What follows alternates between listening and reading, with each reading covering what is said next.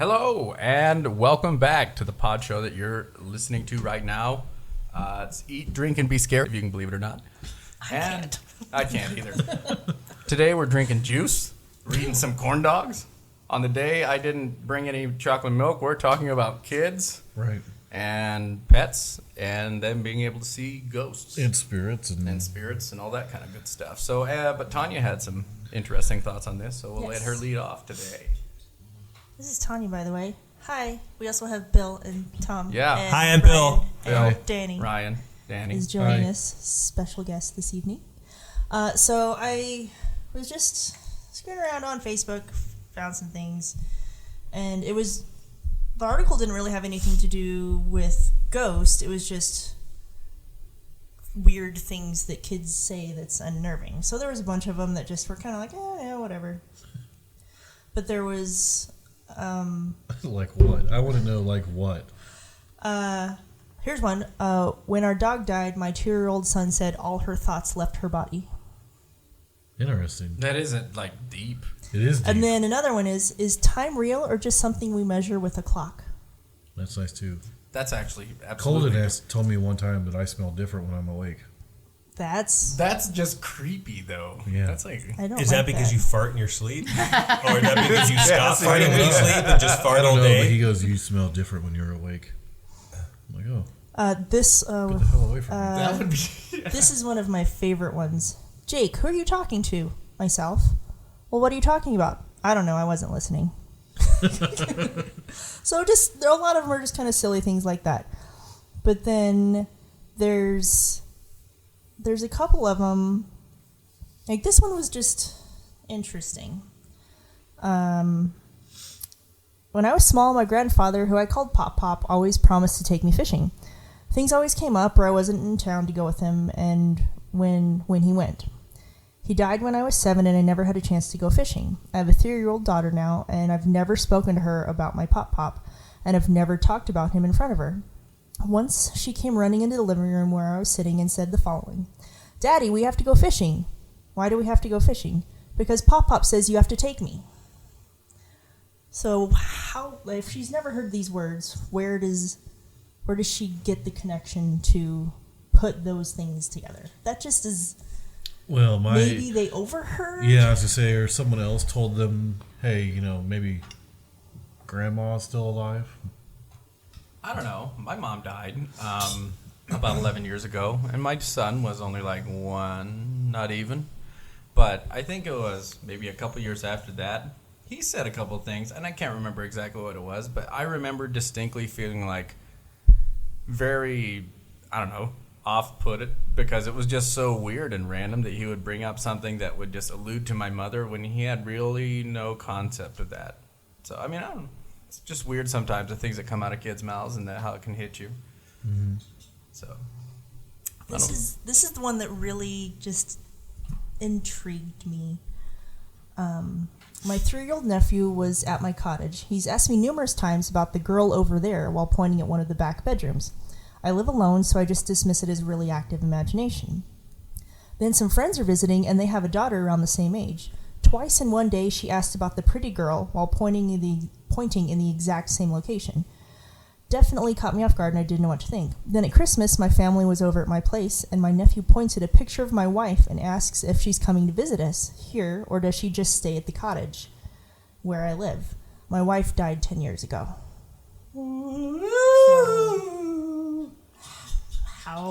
That's Maybe he just kept her body I don't know. in the closet. That's And a it's good just idea. still there? Taxidermy. It's just mummified, it's sitting in a rocking chair. ooh. Yeah, that's the very Norman Bates, suddenly. Well, it's interesting, to say the least. Is that what spurred the concept for this episode? Just kind of, there were just a few of these. Here's Kids one say the that's- darndest thing. I'm going to read one that I found on Reddit. And it says, my daughter was 4 years old when we lived in this house. I was a single mom at the time, and it was just her and I alone in the home. I got an uncomfortable feeling in the bedroom, particularly in the closet area, but never thought much of it until one evening. I had put her to bed, and I was doing chores, and I walked by her room and heard her whispering. I listened for a bit. I thought she was talking to herself, but it definitely was a two-way conversation, with her saying, okay, stuff like that. I walked into the room and asked her who she was talking to. She smiled uncomfortably and said, no one. I took her out into the hall and she wouldn't say anything but I could tell she was afraid. Finally, we went outside the house. She told me there was a man in her room who didn't want us in the home. And he had told her to tell me that we should leave. I moved out a month later. She has not had an episode like this since. Ian has had dreams before where a little wet boy had came up and was talking to him, and he's like, he's just covered in water, like he's gotten out of the swimming pool, and he always wants to try to come in the house in my dream. And then Danny and I were talking about it not too long later. There's across the street from our house is a canal where a kid died in that canal about the same age. So it's really interesting that Ian has picked that up without, no one's ever talked about it because I didn't know that at the time. So it's really strange that kids can pick that kind of thing up. When I was shooting Ghostumentary, one of the girls I was doing it with, she had 2 kids, and they would always talk about the man whose feet was in the floor, because clearly he would be walking on the ground. If there was a ghost, he wouldn't be walking on the floor; he'd be walking on where the dirt was, and then he would walk in there and just stare at him. It was a cowboy, and just would walk in there and just stare at him, at the kids, and they didn't feel scared; they just would wonder what was going on. They should have got a little doggy. They did, I think, maybe not. Well, Well, they did. They had tons of dogs. Dude, They were get along, little doggy. Come on. Cowboy. Joke. Oh, car. Okay, sorry. Hold on. Pause for laughter. All right, I next. missed that too, to be honest. Wow, guys. Right I over the head. caught that one. I don't know how any joke could go over your head. Holy shit. My hair's down today. That's true. So why do we think kids see ghosts? Yeah, so right down to the point. Why kids more than adults? Generally would be innocence and the not building up that doubt. And that would be the same thing that like Lloyd Auerbach told me. Wait, why does innocence matter? Because I know it's some kids that not are filling assholes yourself that with see self ghosts. doubt. It's not filling yourself with self doubt in the sense Yeah. that like I am so determined that there won't be ghosts that I have kind of the reverse self self hypnosis. Not that, it's reverse psychology. No, see, I So can use rather words. than developing your intuitive mind, you go analytical. Yeah, I would sit there and see, like, there could be a ghost right in front of me. And I don't believe in ghosts, so I would, because we see with our brains, so and we don't see with our eyes, I could just be blocking it You out. don't think that They'd be naive to something. It's not like a product of kids are social open. conditioning. So it's like, children's minds are the most fertile, right? Our minds are the most fertile when they're young. They take on the most information, and to process that information, I think sometimes is really complex for children. So maybe they perceive that's- it they as, manifest. That's the other ghosts. side. That's the Yeah. scientific part. Is that, I mean, you can sit and say it could be because they're more naive to the rules, and so they can bend the rules easier. But the other side of that is because they're naive, and like you were saying, they're easier to slip between like what's imagination and what's real. That's what their minds are geared toward. That's how you learn like how to deal with experiences in life. Is you kind of expand your mind and then reel it back in as a kid. So well, here's another interesting topic too. With the mind growing and trying to gain as much information as fast as possible, are there other parts of the mind that are working differently than they are as an adult, so therefore they perceive definitely. things differently? you mean like on a different wavelength? Yeah, because I believe that, as you know, scientific studies and everything has proven that energy cannot be created nor destroyed. If we are a concept or a byproduct of energy after we die, that energy's got to go somewhere. Okay. If it's not a visible wavelength that we can see with our perceptual constructs, like Bill was talking about, as a kid, if we have more capability for wavelengths and to see them because our mind is still developing, do we still have the ability to perceive that new wavelength, perhaps? So what you're Very saying is sensitive. we're born with something that we then lose tune to, like we pretty much Well, tune out. either nature versus Well, you gotta nurture hone your causes that to skills. happen, right? Well, that's true. And when you hone something, you're obviously losing material all And the if time. you have an adult telling you, no, this is how it is, this is how it is, this is how it is. Well, that's what I'm you're saying. Like, structured. so you'd have to maintain that naivety, and you're not like just Well, being see, conditioned why by are you somebody. saying it's naive, right? Well, I'm only it's a saying, concept of I'm nature. not saying naive as like a negative thing. I'm just saying naive as opposed to what we would consider most full-grown adults, and Bill would consider it just ignorant. If you know and then you decide to ignore it, that's ignorant. But if you don't know it, then you're just naive to that stuff, Well, and then therefore anything could be possible. I think it's a process of, like we were talking about, nature versus nurture, right? Well, right. If I'm raising my kids in a way where if they say that they see something spiritual, I'm not going to tell them, listen, that's ridiculous. I'm going to say, well, explain to me why you think it's spiritual and what could cause it not to be, right? Like if the TV came on by itself, that's a xenonormal phenomenon, something that appears could be a paranormal, but could also be explained pretty easily scientifically, right? Right. Spins on the table all by itself. Yeah. That's But there's a whole times nother also story. that you can say to a kid, "Hey, by the way, our house is haunted," and suddenly everything. If you're a little kid, you're just going to think everything is haunted. Absolutely. And actually, when I was in elementary school, there was a basement it was like the one house in California that had a basement, and in LA, and we didn't go down it because his dad told him that it was haunted. And he said, if you guys go down there, watch out, it's haunted. My dad says it's haunted. So they were dead set that there were ghosts in there. And I did too. But at the same time, it's like, I think he said, leave my shit alone. Don't go down there. There's ghosts down there and they'll eat you. But that because of that, they assumed everything they heard in the house was a ghost. So we're second and third graders, and we'd hear something late at night. We're like, oh, ghost. So, Well, see, you had the opposite happen. You had that psychic driving where someone gave you the concept of there's ghosts down there, and you being young and perceiving that ghosts are still real for you at that age, you associated the truth behind that, whether there wasn't any to begin with at all. Right. At that point, it's a self-fulfilling prophecy. I mean, there is some point to this. Like, the three of us have had a little bit of experience where we've talked to different kids who have been seeing ghosts, quote unquote, and we saw that it was pretty much the product of, one brother ribbing another brother and saying, hey, you're seeing this, right? Nudge, nudge. So there's also that. That goes on a lot. I don't know. I'm still inclined to say that kids are going to be more open to things than adults are, just because of the fact that by the time you become an adult, you've already decided what is real and what is not.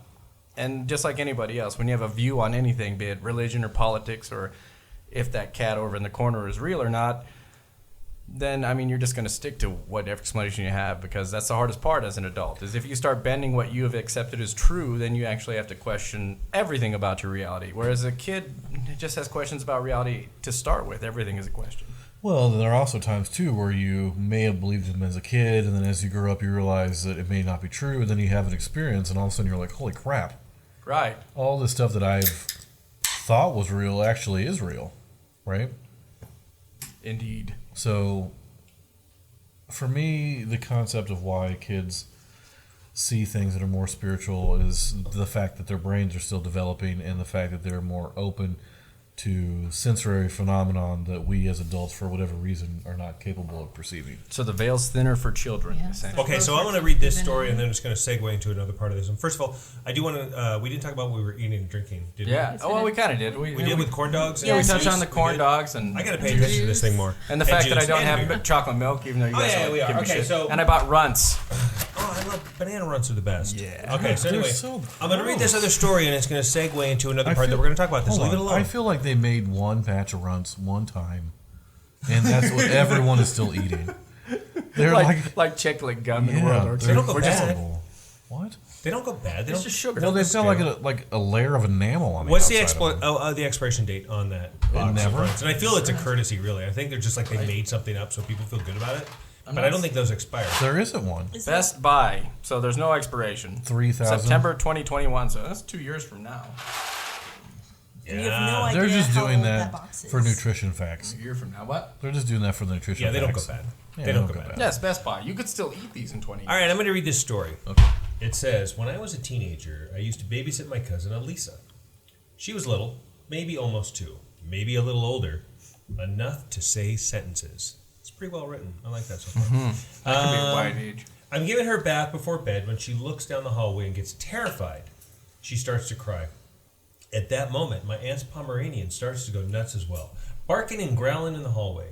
The atmosphere in the room became uncomfortable, and I started getting scared. I took her downstairs from the 3rd floor of the townhouse to try and calm her down. I asked her what was wrong. She said something along the lines of, the man with the black eyes was there. When I continued to pry, she looked up at the 2nd floor stairs, and her eyes got so big, and she began to cry, bringing her finger to her mouth saying, shh, while shaking her head. No. Okay, so the other part is, that's a little scary thing. Dog. I want to talk about this. I want to talk about animals for a little bit because that's another part of this thing because I know how sensitive people can say an animal can be, and I want to know what our thoughts are on dogs seeing ghosts or cats or animals or any of that stuff. Personally, go ahead, Ryan. I just actually wanted to bring this up. The American Kennel Club has a post about if dogs can actually see ghosts. And Only if they're papered through the AKC, right? right, yeah, border collies can't see ghosts for shit. Yeah. Well, it talks about how your own perceptions may play a part in your dog's behavior just because you don't understand what they are and you feel something strange happening, like this dog barking down the hallway, right? We don't know why it's barking. The little kid says it's a ghost. Since we can't speak the language that the dog is trying to speak, we assume that it's seeing something and we're using our own perceptions to say it's a ghost. So it's xenonormal phenomenon, and we're just labeling it. Is that what you're saying? Yeah.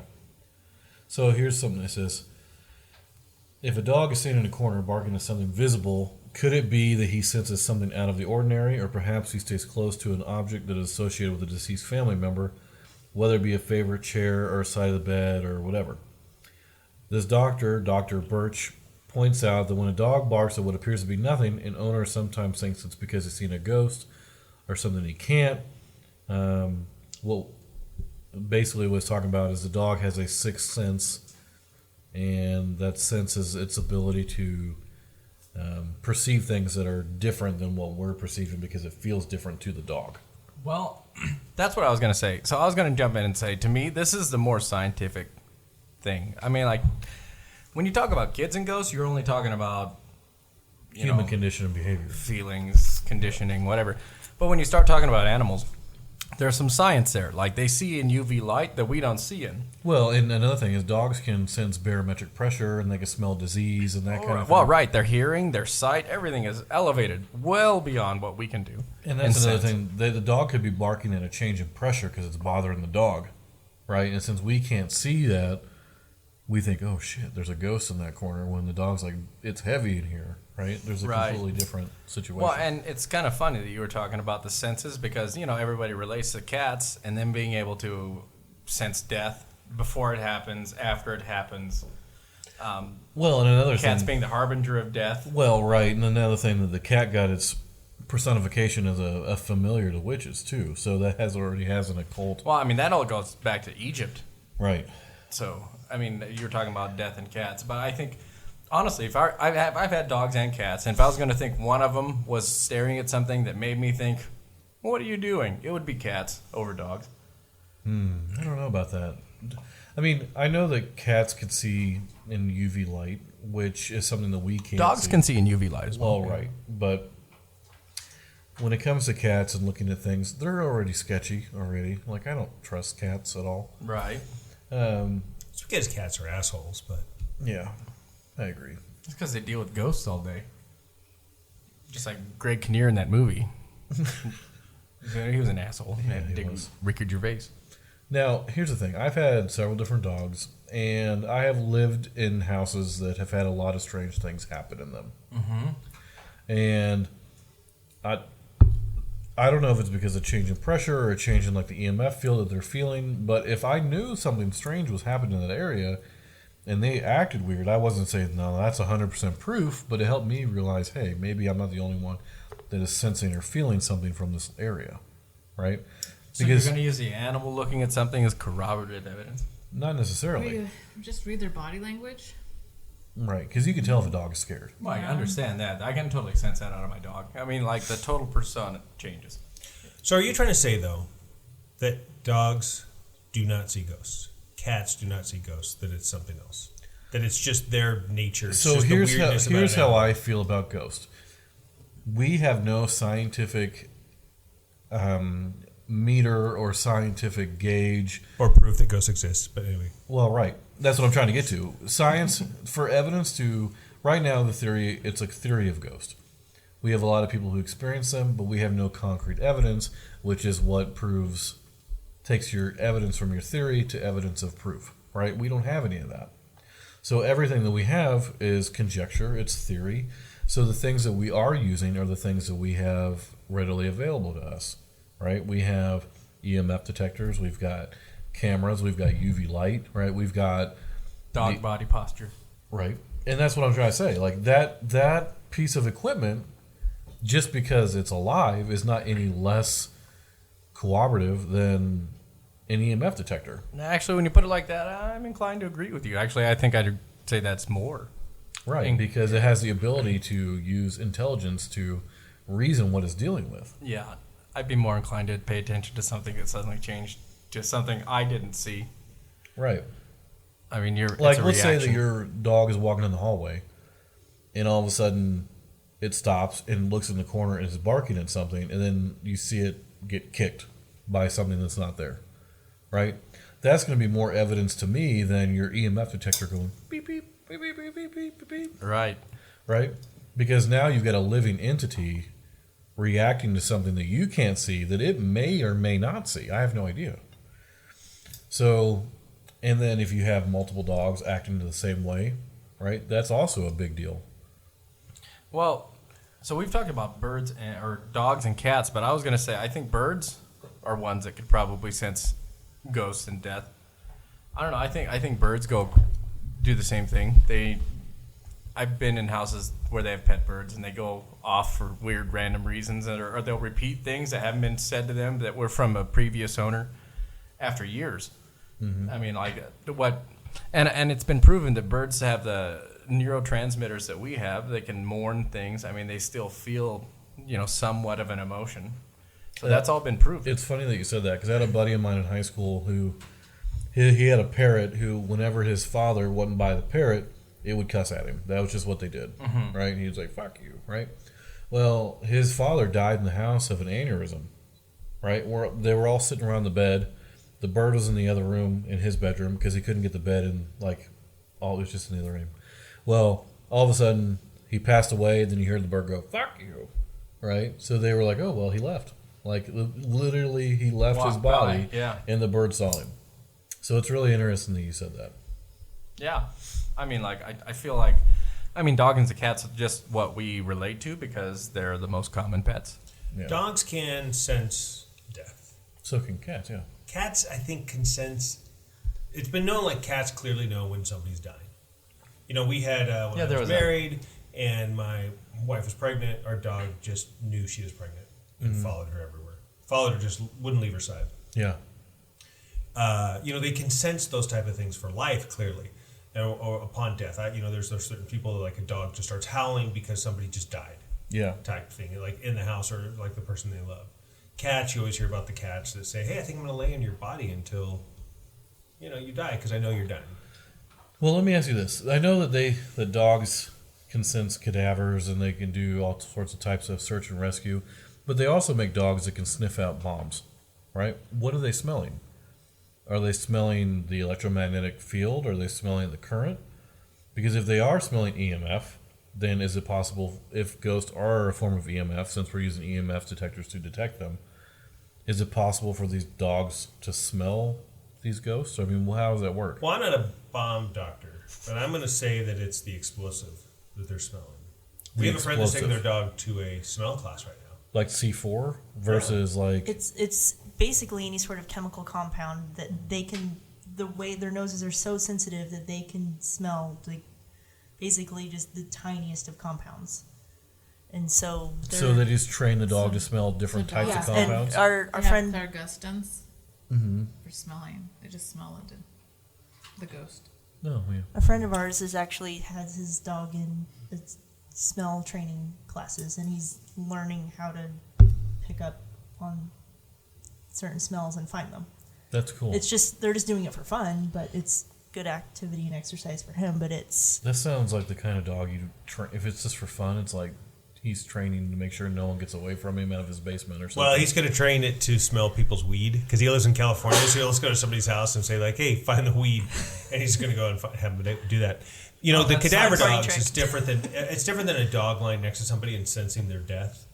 Some will say that a dog, or that you immediately begin to decay, and that's what a dog can smell and understand. Sometimes they say, well, they could just smell that your body has just stopped working, and they can sense that you're no longer breathing, and they can no longer feel your heartbeat and all these things. A cadaver dog just smells dead body because you've been dead for 8, 10, 15 Right. hours, and they just Right. don't look for that smell. But when you just die, and a dog knows, and a lot of dogs do. A lot of dogs will know that like their owner just died. Well, like I was going to bring up this, I think Oscar, the cat, the one that we all heard about on the news that was visiting the people in the nursing home, that nursing home where the cat would go and visit Yeah. them a couple days before their death, and then that patient would die. And I think it happened like 3 or 4 times in a row. Yeah, we talked about that. Yeah. So, I mean, like, what do you think they're sensing there? I mean, Maybe the cat's doing it on purpose. Like it's killing those people. it's basically Yeah. just. It's got a hit list. It's the Skinwalker hit list. Cats big can one. be, they have a sense of nurturing. And I know that animals can sense when another animal's hurt. Mm-hmm. Generally, they learn that so they can just attack them and kill them and eat them. And maybe they could just sense the pain. They just know at this point, like, you're at your weakest. And that's why they just kind of sense. So if animals are sensing all of these things, what's to say that if you're spooked, they're not also sensing that and then trying to find the trigger? That's a really good point. Yeah, if you're scared, if you watch a scary movie by yourself and you're the last one in the living room and you've got to get down the hall and turn the lights off, you're going to turn those lights off and sprint down the hall and jump in bed as fast as you can so the monster can't get you before you're under the sheets because you have that scary mentality. Yeah, you're now. primed. If you just got done watching, Billy Madison, you're just going to turn the lights off, quote the movie, and skip down the hall and go to bed. It's that mentality that it puts you in. So if you're already scared and the dog can sense that, That's So a good you're- point. I You're mean, like, thinking there's some type of fear pheromone that they're There is. picking up Well, on? Even if you're like on the back of a horse. right, a If horse is going to you're- be exactly what I was going to say. Yeah. They're spooky animals. They get If spooked all the you're time. not confident on the back of a horse, it's going to be like, what is on me? Get it off. Right. Or if you jump, they're going to jump. Yeah. And then they're going to spend the next 5 minutes all jittery. So you're emotional. You're kind of like emotionally in a tandem there. So there's another theory to this, and I don't want to go too deep into this, but I did have a conversation with somebody that said, oh, well, animals freak out at other ghost animals. Well, I was going to bring that up. So they'll say, well, dogs freak out at other dogs. They don't always freak out at other humans. Dogs will be, hey, what's up, dog? Cats freak out at other cats, so if they're freaking out, there must be a ghost dog there. Which then I think, what? So hold on. Well- I can see a ghost cat tempting dogs to run into the road to get ran over. That's terrible. Hiding by the wall, then when they run after it, goes back in the wall, and the dog just hits the wall. Well, where's over that there. partition then? Like, humans can only see human goats, dogs, ghosts. That's Well, not people true. say that they Ghosts. can hear dog ghosts, though. Yeah. And they always call them demon dogs, but at the same time, Well- it's because a dog, if there was a dog that was a ghost and you walked into a house and it started barking, it's unfair to say it's a demon dog because the reality is, dog, when it was alive, probably would have barked. And Yeah. it was probably it's- nice. I they didn't just know like it. the alliteration. Well, and that's so I was going to bring that up. That's kind of what Bill is alluding to, sparked this in my mind. Is the other part of that coin is it seems like there's a lot of reports about ghost animals. I mean, like they come up a lot more often, I think, than ghost people. People see spectral animals Yeah, quite often. And then again, why don't we see, and we talked about this too, but ghost dinosaurs. I think, Tanya, you had something for this. Oh yeah, it's because they don't know to show themselves to us because we didn't exist back then. So That's a we're good theory. we're basically the same as a tree or a rock. But what? So when my dad was growing up, he lived in a kind of a larger house, and there was a pasture on the side of it where they had a bunch of stock animals, farm animals, and whenever he would have this, I think it was a niece would come and visit, and she would talk about how that she could see the animals out in that field 20 years later, even though there were no animals in that field that changed. She'd look out there and say, "Look, I can see these animals." Like, where does that come from? How come you can see animals, or like, even if you're just out there grazing? Okay, so there is something called a quartz oscillator, where under certain heat and pressure conditions, the stone quartz can actually record an image, and then that image can be replayed if those conditions are met. NASA has been using quartz oscillators for years on satellites, right? But they're recording, they're controlling what's being recorded. You're saying a stone that's recording time. For billions, Well, hold quadrillions on. of years, this thing has been. Right, but what I'm telling you is if you have a place that's high in quartz content, like the old castles overseas that are made out of shale that Well, have I mean, lots of quartz in them. Here in Idaho, our ground is full of quartz. Well, right, but what I'm trying to say is, let's say under certain heat conditions, these courts took an image of a cow out in the middle of this field, right? Now, every time those conditions are met, it projects out like a hologram, and people are witnessing it. I could understand that if it were like a phenomenal event that 5 or 6 people witness at the same time, but I think it's just one person relating to the other people who cannot see it. Right. So then it's just like a individual experience. And that's another thing, too. Like, my mom had a cat for 27 years, right? And then after that cat died, she said that she would go to bed and she would feel the cat jump up on her bed and fall asleep where it normally fell asleep. Now, is that because it's a ghost, or is that because she got so used to it over every night over 27 years that it's just imprinted that feeling and that concept into her brain? I'd call those phantom pains. Yeah. I think it's almost to the point this thing was an extension of her, and it's the same time when somebody like loses a leg, Limb, yeah. and they feel that leg, their foot hurts, and there's nothing there to do. And I think it probably was the same thing. If she had a huge emotional attachment to that. Yeah. It's like when you go to the bathroom and you don't have your phone, and it hurts because you're like, I'm in the bathroom and I forgot my phone. Your thumbs Like, just you're start like, and texting. it hurts, and you're so used to just you don't know what to do with your hands. Maybe, It's the same thing. Yeah. Just start raising them. man, there's a good idea. Maybe that whole thing about kids and animals being able to see ghosts easier is because it's a coping mechanism. To what? We've all Yeah. developed different coping mechanisms for dealing with the things that we don't So understand. you're saying it's more like an empathic entanglement. that they don't control. Like kids might be able. I mean, it's just one of the options that kids have, and so that's something that they can readily explore. So you're suggesting that, let's just say you did see ghosts when you were a kid. At one time, ghosts would come in every night and be, hi, Tom, how's it going? You're like, hey, what's up? You're having this conversation. And then one day you're like, I'm an adult and I don't want to think about this anymore. And you just shut it off. But you since then have seen things or experienced things that still were what you deemed paranormal. right. So why were those okay to go past your little barrier? Well, because But why did you block that one off? well, it's that whole the keys in that transition you were talking about, where you become an adult and decide that these things are part of your childhood. You are then deciding that this stuff is no longer legitimate because I am moving past that with logic. Okay, well, hold on. What's the difference between a ghost and an imaginary friend, then? Nothing. Perception. Yeah, perception. That's the only thing. And I remember, so there was that's kind of funny. There's this old TV movie I remember where this lady like locked her imaginary friend in this carnival ride and left him. And like she was freaking out about it when she was a kid. And then during a different part in her life where she really needed it, she visited the same carnival. And lo and behold, he's been there locked away since he was like 10. He's still a 10-year-old and she's like 35 and meets her imaginary friend again. So what would... Imagine the emotional strain, and Right. that would be one messed up.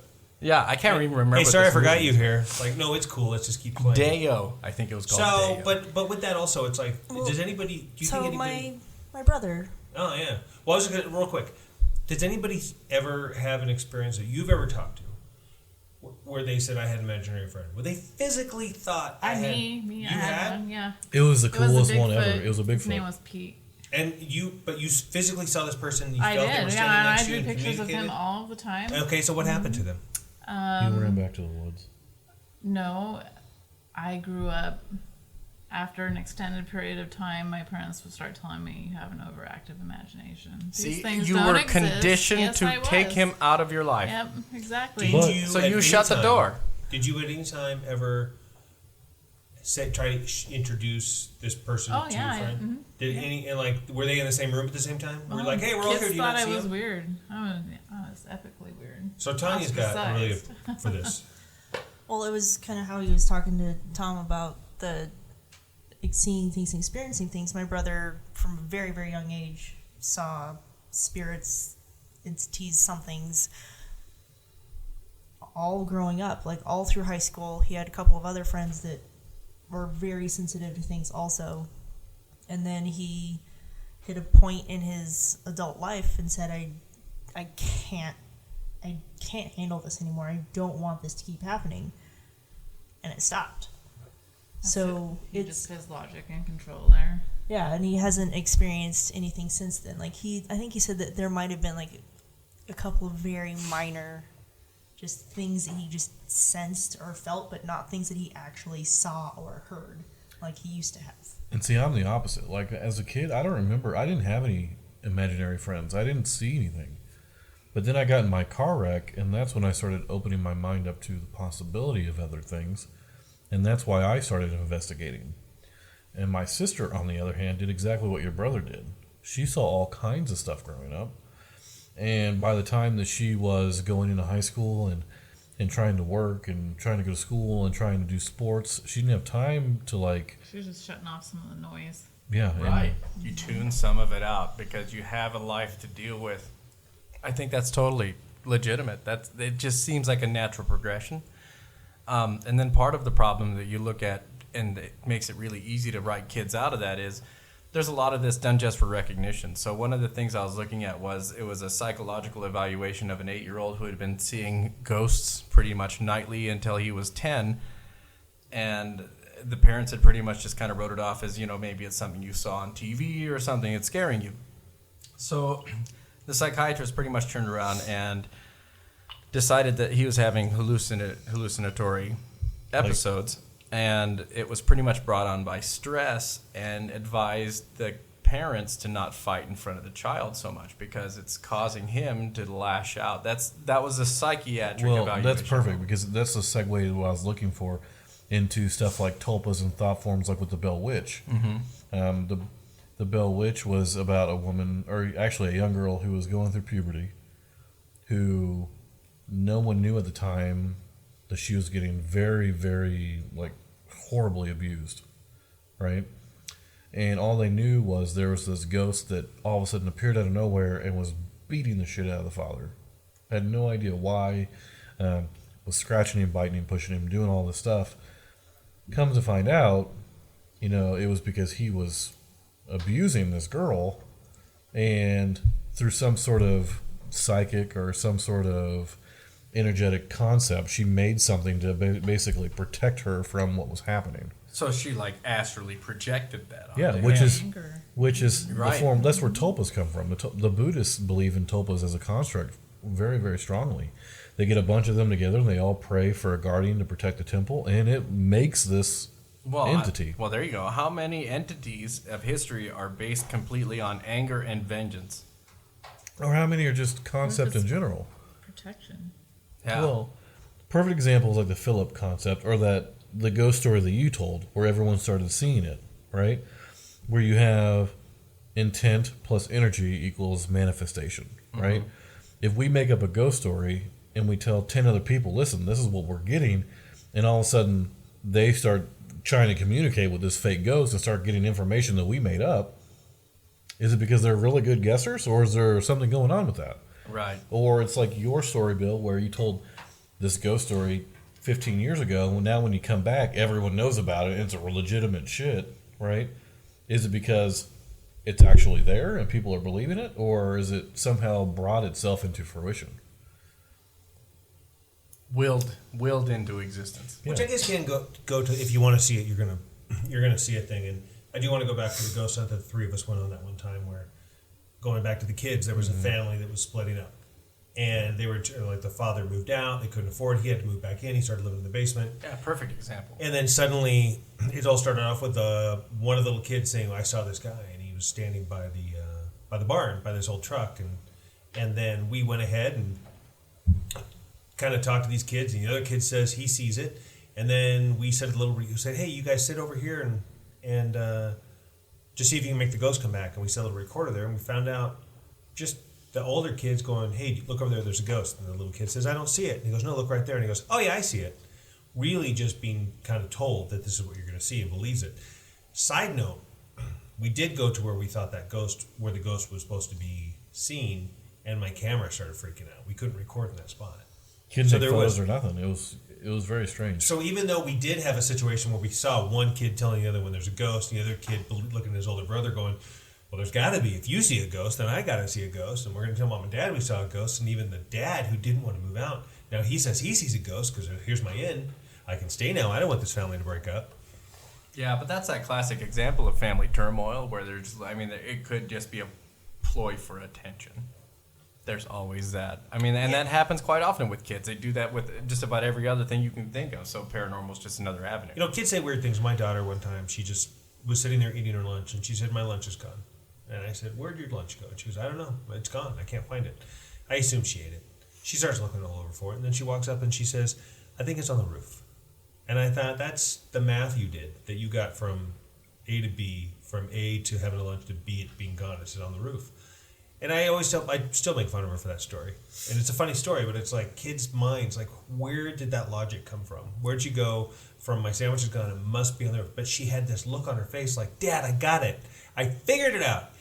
It's on the roof." And she was dead set. That's where it was. She wanted me to go look. I'm like, "It's not on the roof. You haven't been outside. It's fine." And that's exactly it. It's that possibility. It's that possibility for kids. It can exist there. Whereas you already, like, logically, that doesn't make sense. We're just going to say no at the beginning and not even investigate. And that's why kids but see what more would than you have adults. done if it was on the roof? I'd But he blame a would've ghost. shat I'd blame a himself. ghost. Okay. It'd be a ghost. It was a Why ghost. would a ghost steal a sandwich? He was hungry. Do That's an ghosts easy eat? one. I don't know. Well, Hit me again. No, it would have eaten the sandwich, not put it on the roof. Whoa, what if it was a squirrel ghost?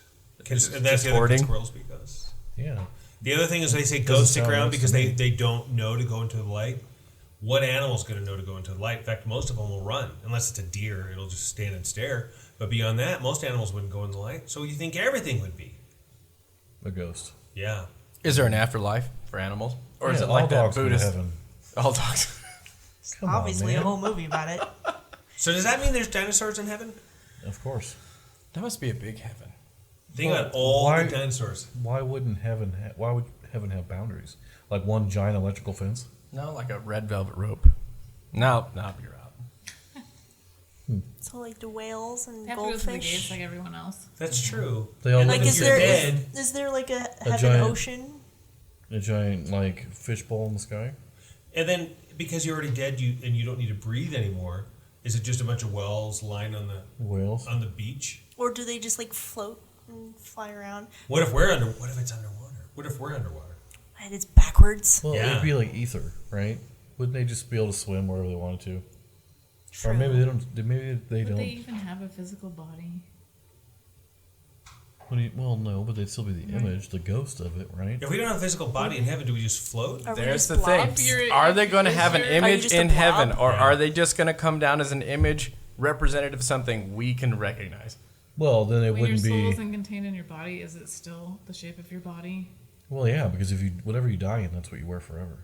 Is that true? Is it the Beetlejuice land after you What if dead? that's like you're wearing jean shorts, you're not even paying attention. and Oh, then- come on! You don't want to die wearing a pair of jorts. But what if you did? Like, I'll just borrow these real quick. By the way, I visited my dad one time right before he died, and I didn't bring any shorts. He's like, "Oh, borrow my shorts," and I was like, "Whatever." And they were a pair of denim shorts, and that's the last picture I have of him and my son together. Like, it's a little, but I'm wearing. I think I'm gonna Photoshop out the denim shorts. 'Cause I was wearing denim Just shorts. make them longer. Why on not? the Just make pants. them. It's deliciously vintage. Just keep them.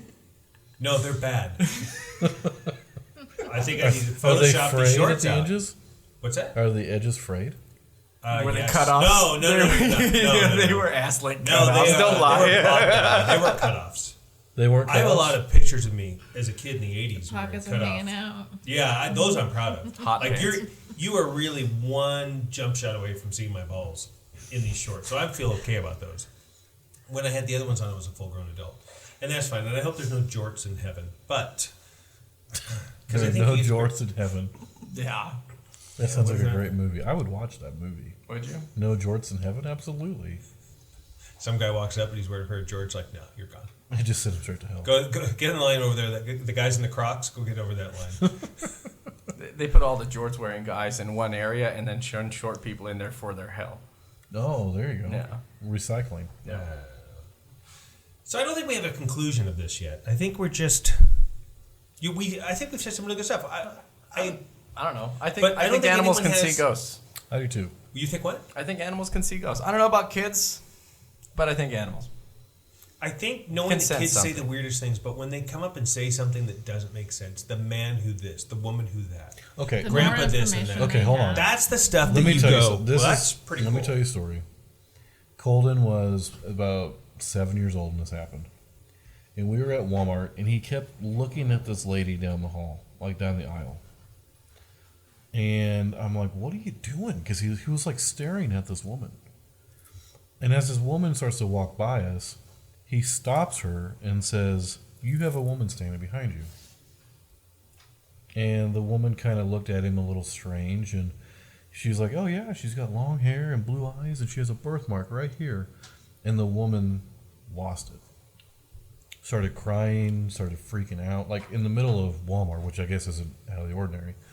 But she goes, what else do you know? And she says that she's okay now. And this woman who has never met my son before is squeezing him, like holding on to him, just bawling in the middle of Walmart. Her sister, dark hair, light eyes, a birthmark, had died the day before from cancer. Oh, wow. I feel this is a story you should have started the podcast with. I didn't want to. I wanted to wait till the end. Yeah, you cynical bastards. But here's the thing. Through the though. magic of editing, I'm going to start it. This is the. I'm going to start with this.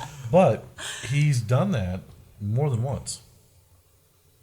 So I don't know if he's hypersensitive or like strangely But guessing. you're sensitive. Hypersensitive or just still sensitive since he has a dad who isn't conditioning him out of that and is saying like, no, that's okay if you're I open. mean, think about this too. I was in a car wreck when I was 16, and that's when I become more sensitive to things. Mm-hmm. Right? Danny's very open to things. Right? So I've never turned mine off.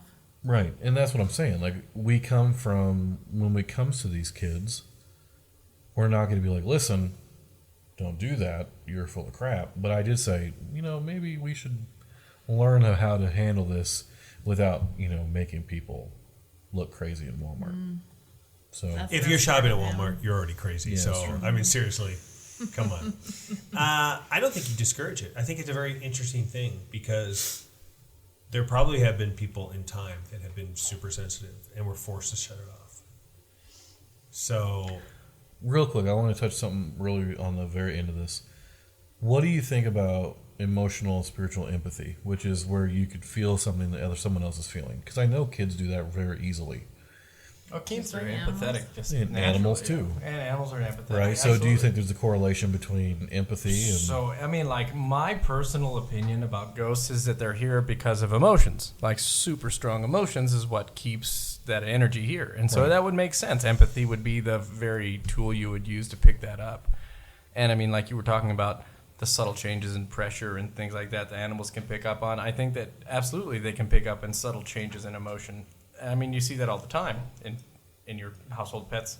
Well, just in your brain alone. Like, if you think happiness, it's going to go pink in one spot, versus if you think sadness, it's going to go pink in another spot, right? And if we've talked about fear having a pheromone, then why can't something else, right? You know- Why can't happiness have a pheromone? Or I why? think that there's a general intuitive that everybody has towards somebody. It's like when you're sitting across from somebody that you know fairly well, and you go, "There's something wrong, isn't there?" And they're like, "Oh yeah, I was trying to hide it." Generally, we can't. So we all have this aura that everyone's going to grasp onto because you're going to catch up those one or two little things, and they click. I know if there's something wrong with somebody that's very close to me, and I'll ask them. I know when they're excited. Oh, you have something to tell me. You don't.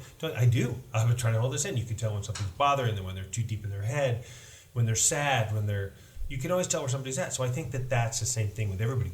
Clearly, animals can. How many times does an animal stare at you, and maybe cower because maybe they know something's wrong, or sometimes a dog just gives you a little love because you're down. These are things that I feel that kids do. Kids know, like my mom set the emotional temperature of my home growing up. And if she was in a bad mood, she made sure everybody was in a bad mood. No, But we also knew that if she was in a bad mood, run.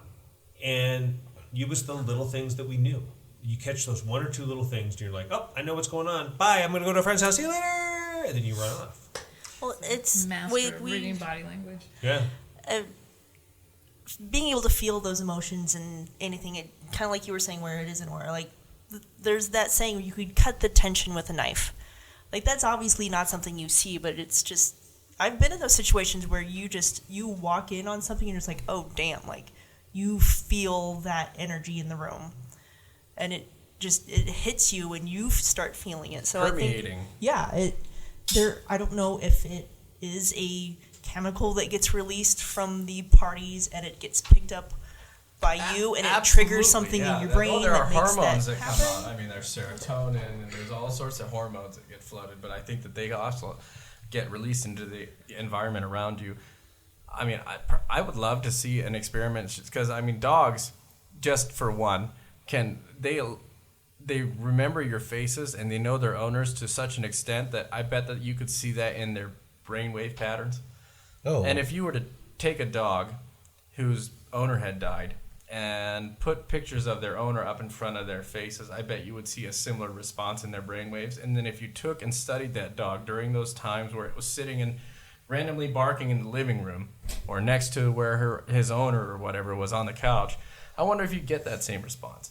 And if so, would that elicit more of a tangible picture of them seeing something? Would that verify it for you or more corroborate that? Well, Do you it's think? interesting. I mean, my dog, I can pull up in front of the house. My dog's behind the house. Mm-hmm. I could pull up in front of the house and get out of the car, and she knows I'm there. She will bark to let me know. Without hey, line of sight or anything? without being able to see me at all. Well, she's going to hear your car. She's going to know Well, the sound here's of the your thing. car. I drive a hybrid. Or if I have someone else drop me off. It's Yeah. like I get out of the car and she knows I'm there and she will bark like mad. Well, and that's the thing. There must be like an illicit signature in her mind that says, Dad, Ryan, not Danny, Mom. You know what I mean? Like, Yeah. Dogs have a sense of time, which is She barks at me uncanny. too. Yeah, Well, they but- do, and it's they've done experiments where it's basically the sense of smell. So if you come home, if you leave and you come home, basically around the same time every day, they use their sense of smell as basically their clock. Your scent that's left in the house is, this strong when you leave, and then throughout the day the scent dissipates, and then they know that once it hits a certain point, you're going to come back. So that's kind of like their alarm clock for when you come back. And they've done experiments where they would have someone leave, and then they would have someone else that's in the house that the dog is used to having come and go bring a t-shirt that the person had just been wearing and bring it in the house, which completely threw off the dog's system. And then the person showed up at their normal time, completely surprised the dog because it wasn't the right smell. Interesting. So that's how dogs usually tell time, is just through smell. And, if we just randomly, something sparks a memory and we get sad. We think of somebody who we lost and we get sad. That has to happen for dogs. oh, animals grieve, So absolutely. maybe that could be even part of the barking. Suddenly they just remember. Suddenly they don't know how to handle an emotion. Or what was that dog? The one that Richard Gere was in the movie Hayachi. Harambe. No, Hirachi. Harambe. Harambe, Holy the crap. dog. Yeah, no, That's a big-ass dog. Hirachi. No, not Hitachi. That's That's not. That's no, something no, different. stop. Don't talk about Hitachi. It's that- something with an H. Hayachi? I don't know. Anyway, this dog was rescued by the character that Richard Gere played and had him for most of his life. And then the guy died. And the story was this dog would go pick him up at the bus or the train or whatever he was getting off of every day. And even after this dog died, or after this guy died, the dog would go to the bus and sit there waiting for his owner to get off this train bus thing, right? And he did that until he passed away, and they put up a statue for it because everyone was like, "Oh my god, this dog is so Hachi. Hachi." It's like Hitachi. It's kind of like Hitachi without the.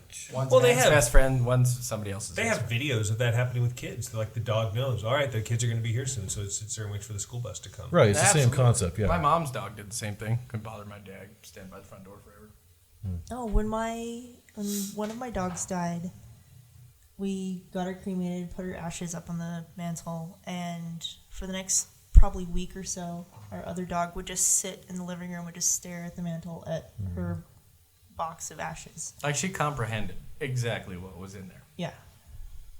It's sad. and that can't be by scent because everything would be completely Yeah. incinerated. You don't know. Well, it's kind of like animals that mate for life, right? Like they understand what it's like to lose the mate, and they don't know how to handle it, so they just grieve in the same spot until they die. Mm-hmm. It's sad to me. Well, they mate for life because they can't really talk. So it's not like one of the dog looks at the other dog and goes, "What are you thinking about?" Like they don't ever have to have a conversation. That's why they last.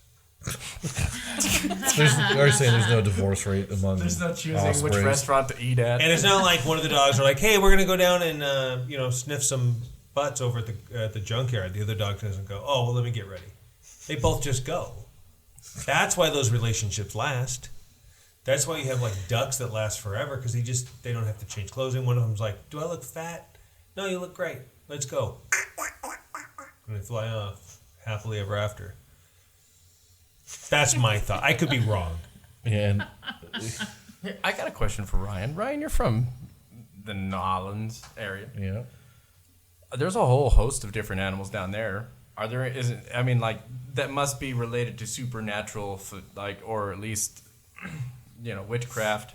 like the Lugaroo or No, anything. I mean, not anything like super out there. Stuff that's actually existent. I don't think alligators. You don't use them in any kind What of are you asking? voodoo magic or anything down I there. think he's trying to say, do alligators see ghosts? Do alligators see ghosts? Oh, Are there well, anything down there? Are there That's any what other that was the animals? longest. It's the Just to get to longest. that. Yeah, pretty much. do alligators see ghosts? Alligators, owls, any of these others. Oh, owls owls definitely. But I don't know about alligators. I know that you use a lot of you can use alligators and crocodiles in magic, right? Mm-hmm. And they are associated with guardians, and you can use them as Because they're potent, right? And The boots. potency. and boots and wallets, yeah.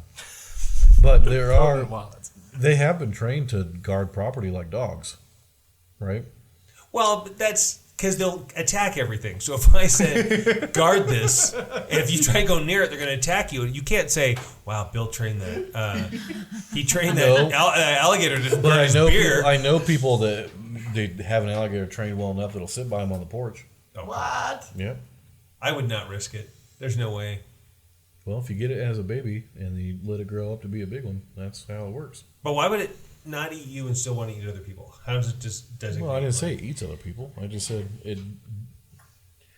It's kind of like that. What was it?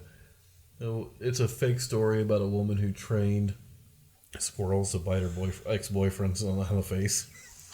Did you ever see that? No.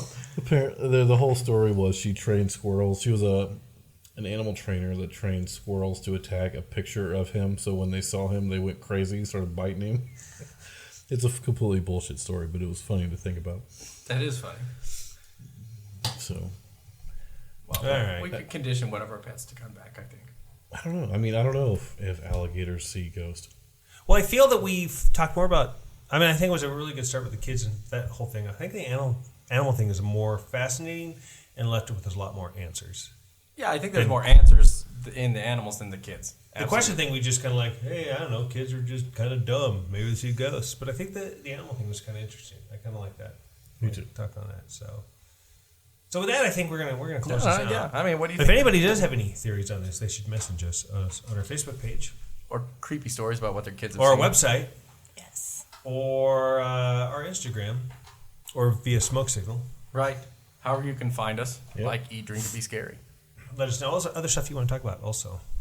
And, Any other cool topics. And if you have kid stories, I'd love to hear some kid stories. If anybody has other stories like that, I never had any of that stuff growing up. I told you the story before where I saw the UFO when I was a little kid, but it was so close that it had to have been something else because it was 30 feet from me. And there's no way, and it was in the center of LA. Like nobody, I couldn't have been the only one that's seen it, so it had to be something else. But with that, anybody else have anything they want to talk about? Any kind of No. cool stuff going on? Oh, well, no, I don't. I made all that up. You want me to answer for you? Well, yeah, I made all that up. Okay, nope, we're good. No. Okay, with that. So anyway, thanks for listening, Yeah, and we will be back For really episode soon. 27. All right, everybody, say good night. Good night. Good night. Bye.